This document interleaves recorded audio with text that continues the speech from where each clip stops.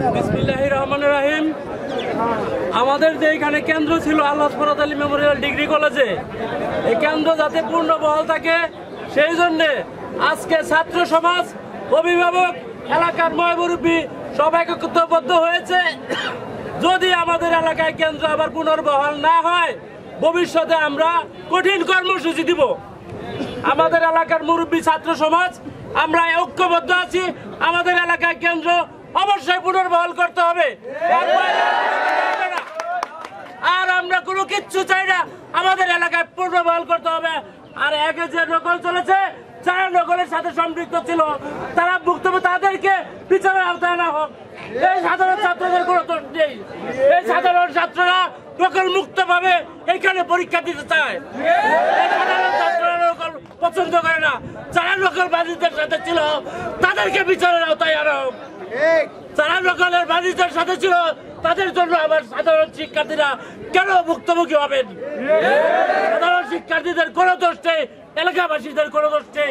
আমার এলাকার মানুষ, গরিব দুঃখী মানুষ, খেটে খাওয়া মানুষ, তারা এত ব্যয়বহুল করার তাদের পক্ষে সম্ভব নয়।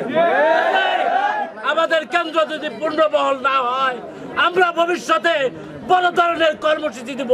প্রয়োজনে সিরাজগঞ্জের হাইওয়ে রাস্তা বন্ধ করে দেব।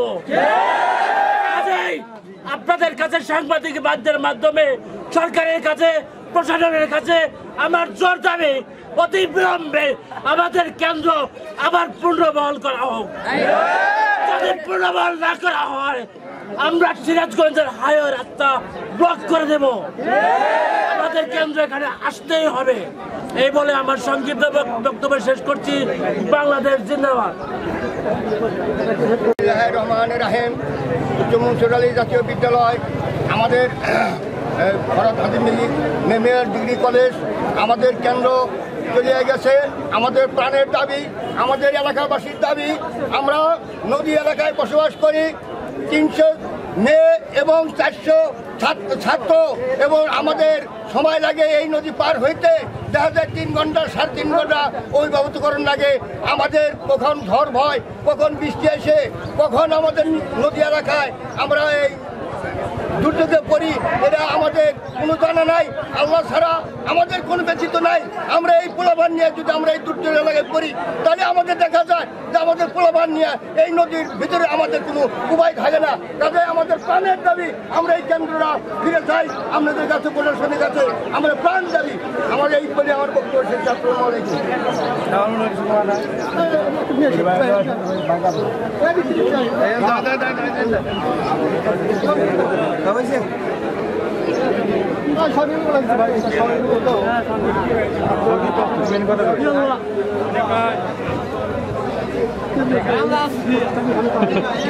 তোরা থাকলেও আমার